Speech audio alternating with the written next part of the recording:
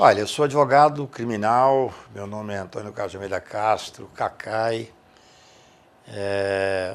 Na verdade, eu sempre quis fazer advocacia, eu nasci no interior de Minas Gerais, Patos de Minas.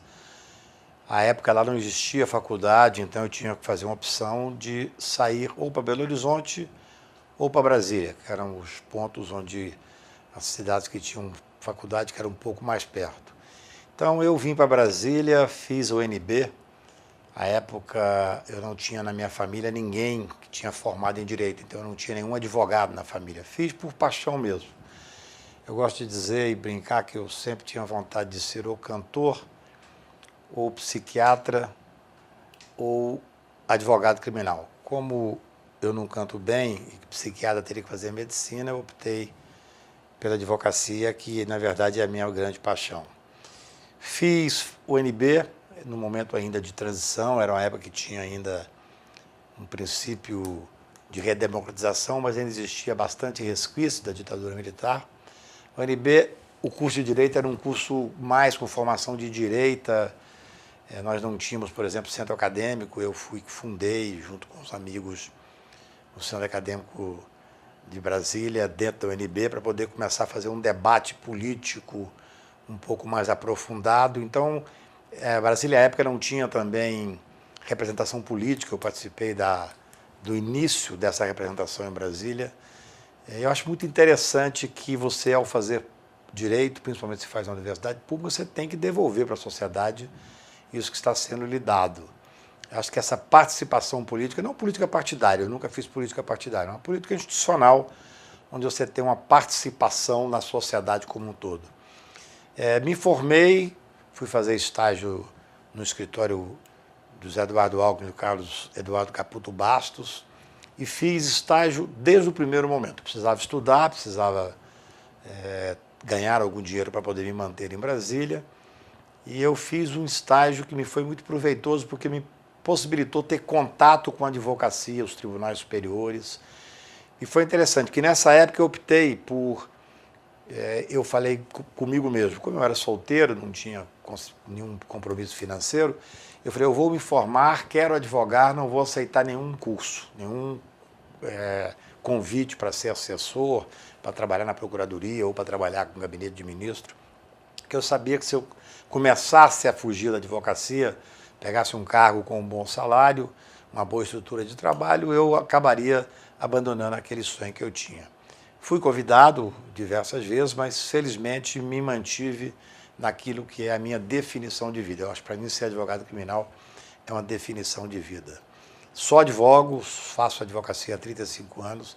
No início a gente faz ampeditu, é impossível você fixar apenas numa área, mas depois eu recomendo, principalmente para quem estiver começando a advocacia, que realmente se fixe numa área. Tem dois pontos que eu acho principais. Um deles eu aprendi com o professor ministro Evandro Lins, no final de vida eu tive a sorte de fazer alguns pequenos casos com ele, e perguntei a ele uma vez que conselho ele daria para um estudante de direito, que era uma estagiária que estava comigo.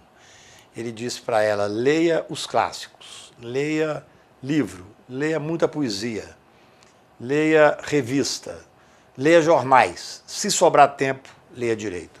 Eu acho que esse é um ensinamento interessante, porque eu acho que é a visão humanista que a pessoa adquire ao longo da vida, com a formação, lendo, participando de debates, é que pode fazer dessa pessoa, principalmente se for na minha área, advocacia criminal, um advogado para enfrentar à altura as dificuldades da advocacia. Acho que o advogado criminal ele tem que ter uma visão mais ampla do mundo, ele tem que aprender a ler primeiro o seu cliente, responder e respeitar o seu cliente, que procura o advogado criminal nos momentos mais difíceis, onde ele está ou com a vida em jogo, a liberdade ou a honra.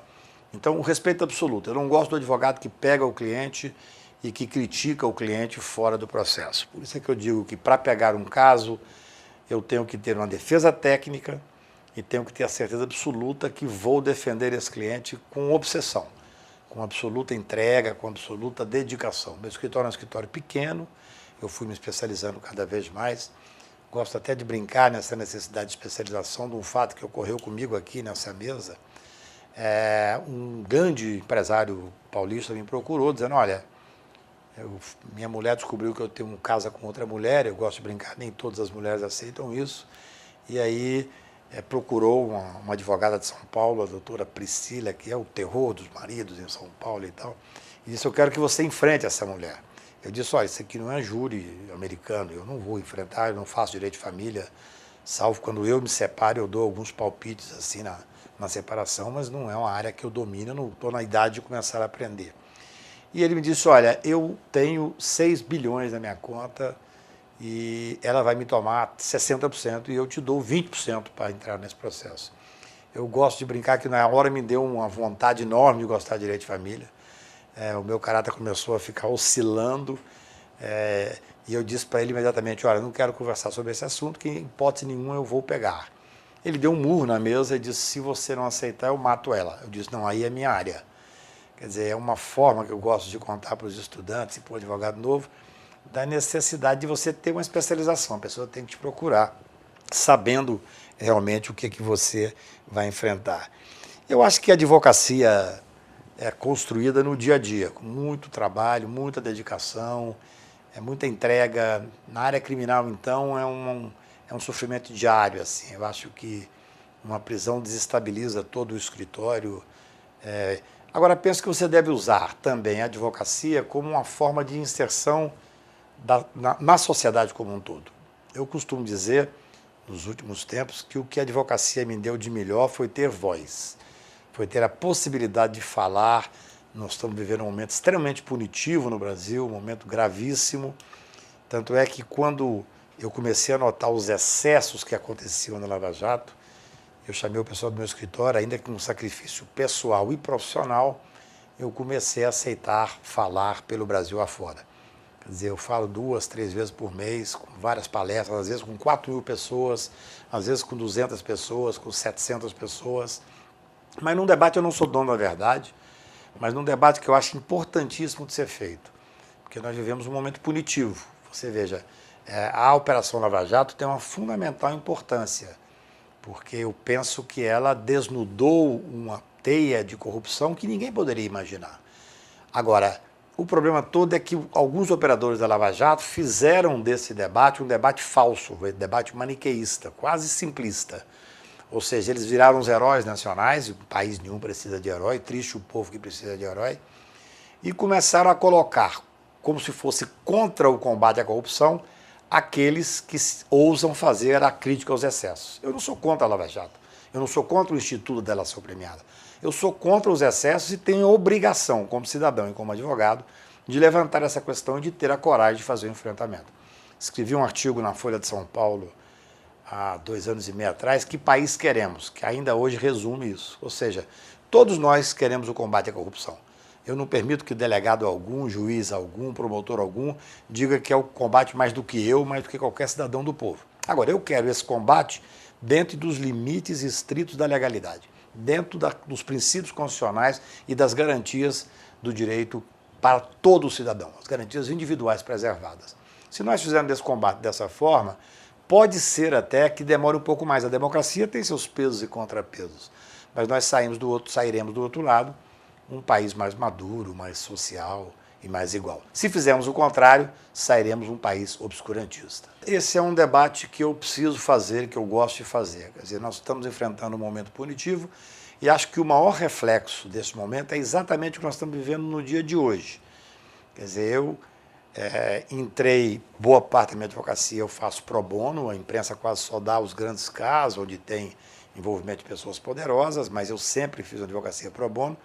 E a última que eu me empenhei mais, estou empenhado ao máximo, é exatamente na defesa da ação direta de constitucionalidade 43. Nós entramos para discutir a questão da presunção de inocência. A presunção de inocência é um preceito constitucional, no meu ponto de vista, causa pétrea, que nem o Supremo poderia ter derrubado. Numa tarde modorrenta, numa quarta-feira, julgando um habeas corpus, que é um direito de defesa, o Supremo afastou a presunção de inocência, sob o aplauso de boa parte da mídia, e principalmente dessa mídia opressiva e de alguns formadores de opinião. Eu costumo dizer que esses que aplaudiram não têm ideia do pântano que estão entrando. Ou alguns têm, mas querem esse pântano. Porque, na realidade, ao afastar a presunção de inocência, que é uma causa pétrea, amanhã poderá afastar a liberdade de expressão ou o direito à propriedade, que são direitos do mesmo patamar. Então, tudo isso é muito grave. Nós temos a obrigação de levar esse debate. Então, nós entramos com a ação direta de constitucionalidade, e o interessante é que eu entrei por um partido político, um partido pequeno, que não tinha nenhum deputado investigado, o PEN, sustentei no pleno do Supremo Tribunal, num momento extremamente importante para o Poder Judiciário, até porque, naquele momento, várias entidades ligadas à advocacia criminal, ligadas aos direitos humanos, e principalmente as defensorias públicas, entraram como amicus curiae para mostrar que, sem a menor sombra de dúvida, essa balela de dizer que a prisão após o segundo grau é benéfico, ela, na verdade, a pretexto de levar 15 ou 20 pessoas conhecidas e famosas para a cadeia após o segundo grau, levariam milhares e milhares de negros, de pobres, de despossuídos, de mulheres, que é, infelizmente, o cliente tradicional do processo penal. O trabalho da Defensoria foi essencial para comprovar, estatisticamente inclusive, que se passa essa prisão em segundo grau, que foi vendida para a população como sendo uma grande vantagem, seria um desastre para o sistema carcerário brasileiro e para essa massa carcerária que predomina na clientela tradicional do direito penal. Hoje nós estamos vivendo um momento histórico até, porque há uma discussão se vamos levar isso ou se não vamos levar isso novamente, que agora seria a definição do mérito da questão. Lá em novembro de 2006 foi julgada apenas a liminar, ficou 6-5 pela possibilidade de ter a execução após segundo grau. Infelizmente, no final do ano, começo do ano, com a condenação do Lula, houve um desvio do foco. Eu nunca fiz essa ação em defesa do Lula ou em defesa de uma pessoa qualquer que fosse individualmente.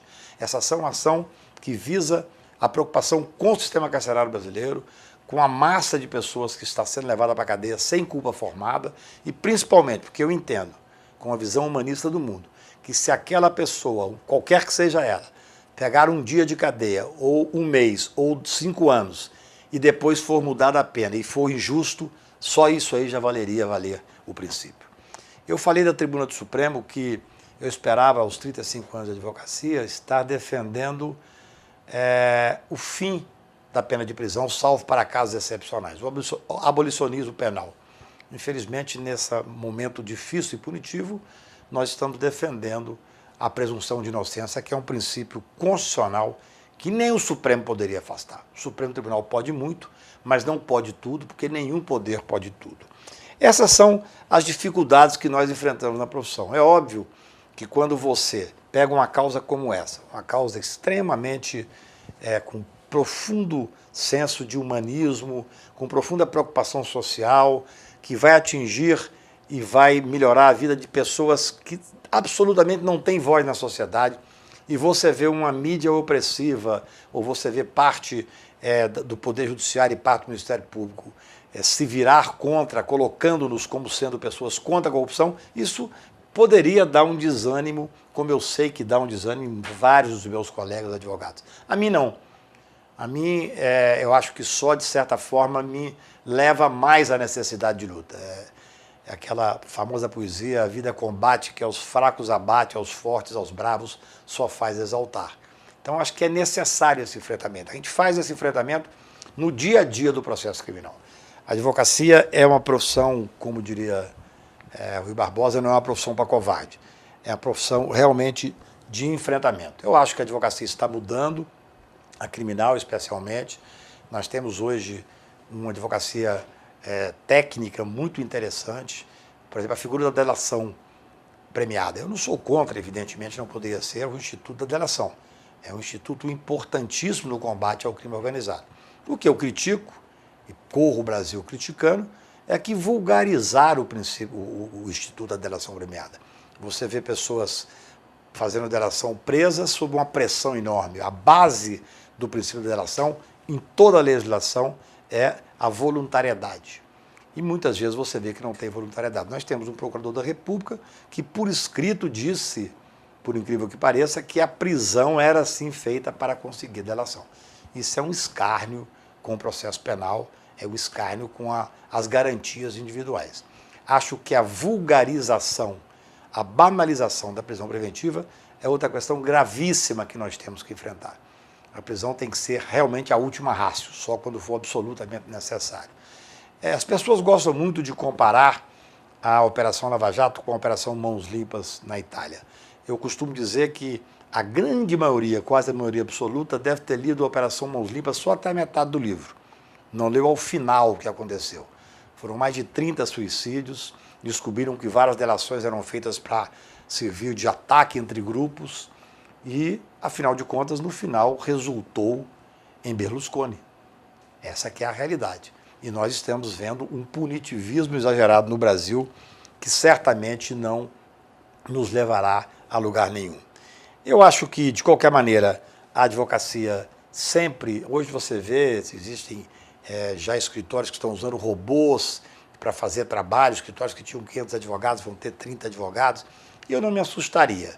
Eu, se estivesse começando a profissão novamente, eu começaria para ser advogado, e para ser advogado criminal, que para mim é quase uma definição de vida, mas eu não tenho dúvida de que usaria os mesmos métodos que usei. Muito estudo, não só na área do direito, mas também para ter uma formação humanista mais ampla, um olhar para as pessoas de forma diferente, um acreditar que é possível, através do direito, mudar parte do contexto social, por mais complicado que seja, por mais difícil que às vezes seja. E acho que se eu falo para a advocacia, eu acho que hoje existe uma moda, uma glamorização por parte do Ministério Público, que faz um papel essencial. O Ministério Público, boa parte dele, sinceramente, eu rendo minhas homenagens diariamente, assim como o Poder Judiciário. O que eu critico é esse excesso de espetacularização por parte do Ministério Público.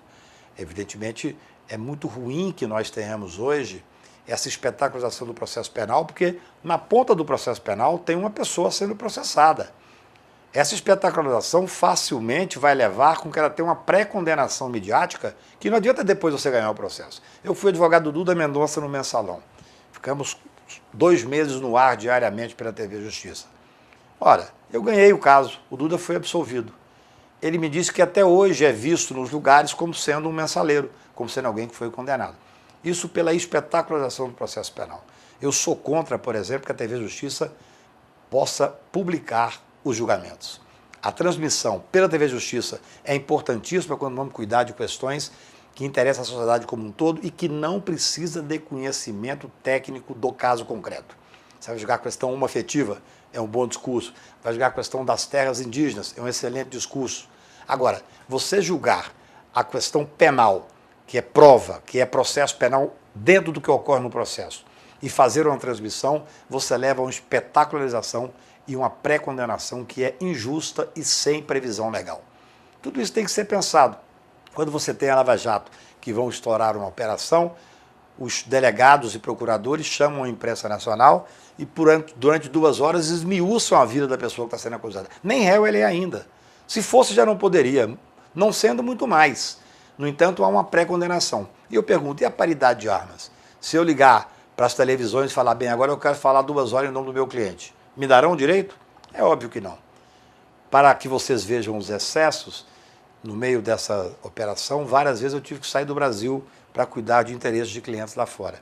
Certa vez eu estava na Suíça, um caso muito rumoroso dentro da Lava Jato, e o procurador de lá, o advogado, disse, amanhã vai ser uma grande matéria sobre o caso. Eu acordei de manhã, fui ver o jornal, não consegui localizar a matéria no primeiro momento, por quê? Não tinha o nome do cliente e não tinha foto. Era uma matéria densa, uma matéria técnica, mas preservando o nome do cliente e preservando a foto. No Brasil, nós vivemos uma espetacularização e essa espetacularização leva a que as pessoas que são os protagonistas percam um pouco a mão nesse excesso. Isso é uma questão muito grave. Quando nós vimos a tentativa de parte do Ministério Público de passar aquele programa das 10 medidas contra a corrupção, foi algo estarrecedor. As medidas não tinham nada contra a corrupção. Não era verdade que era contra a corrupção. Eles usavam o argumento de que tinham 2 milhões de assinatura e eu duvido que 0,01% tenha lido aquilo que assinou. Eu me lembro que certa feita, saindo de um debate no Piauí, cheguei numa fila no aeroporto, tinha 7, 8 meninos assinando. Eles me reconheceram, ô Cacai, posso tirar uma foto?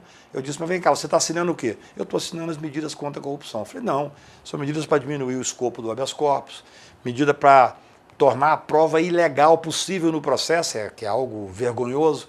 Quando eu comecei a falar, 5 saíram da fila e o que tinha assinado foi lá e riscou. Usaram, inclusive, a Maria Fernanda Campos para colher assinatura. Eu costumo brincar que se ela pedir para mim qualquer coisa, eu assino. Agora, claro que num assunto tão sério, não se pode faltar com a lealdade intelectual, que eu acho que boa parte desse grupo faltou. Da mesma forma, no debate ao projeto de abuso de autoridade. Ora, ninguém quer, evidentemente, punir a autoridade, quer punir o abuso. Eu costumo dizer, quem não faz abuso não precisa ter medo do projeto de abuso de autoridade. Então, acho que esses são os temas mais envolventes que nós vivemos hoje. A advocacia criminal não deve ser, isso é um conselho que eu daria, se é que posso dar, não sou dono da verdade, para o jovem advogado, é ver a advocacia como uma forma de inserção na sociedade, de modificação, você ser uma figura no processo penal, não ser um objeto simplesmente do processo penal, ser um agente de modificação. Ou seja, nós temos a capacidade, através da advocacia, especialmente a criminal, no meu caso, de participar de debates, de defender teses. Se você defende uma tese, às vezes uma tese que a população está contra por causa da grande mídia, mas se essa tese depois você consegue êxito judiciário, a capilaridade do direito penal, do processo judicial, do Poder Judiciário é muito grande. Eu me lembro quando defendi no Superior Tribunal de Justiça um habeas corpus para tentar balizar um pouco e acabar com aquela farra que existia nas inúmeras e incontáveis interceptações telefônicas, que à época era a única forma de investigar. Hoje são as delações premiadas. Eu me lembro que quando ganhamos esse caso no Superior Tribunal de Justiça, depois conversando com juízes do Brasil afora e com advogados do Brasil afora, quando vou falar pelos estados, me dizem, olha, aquela decisão teve uma importância fundamental. Então, um pouco eu acho que é isso, é acreditar que é possível participar do debate no dia a dia, seja na sua casa, seja no bar, seja na sua cidade, seja no Brasil como um todo, procurar resgatar a voz da advocacia, que é a voz da liberdade. Eu costumo dizer que tenho o DNA da liberdade no sangue. Não ter preocupação com a exposição negativa. Quase sempre eu advogo para clientes que a grande mídia está contrária. Eu estou acostumado, isso não me abala em absolutamente nada, porque faço uma defesa que sei que é técnica e baseada exclusivamente naquilo que julgo ser o direito do meu cliente, ainda que ele possa ter cometido algo ilícito. Você tem que ter uma defesa técnica, senão não vale a pena trabalhar. Eu acho que essa defesa que se faz do princípio de um caso concreto, muitas vezes extrapola em muito o caso concreto. É a tese, é a possibilidade de dizer que todas as pessoas têm o direito de defesa. É claro, cada um faz o seu filtro particular. Eu tenho casos que eu não advogo porque não me sentiria bem advogando.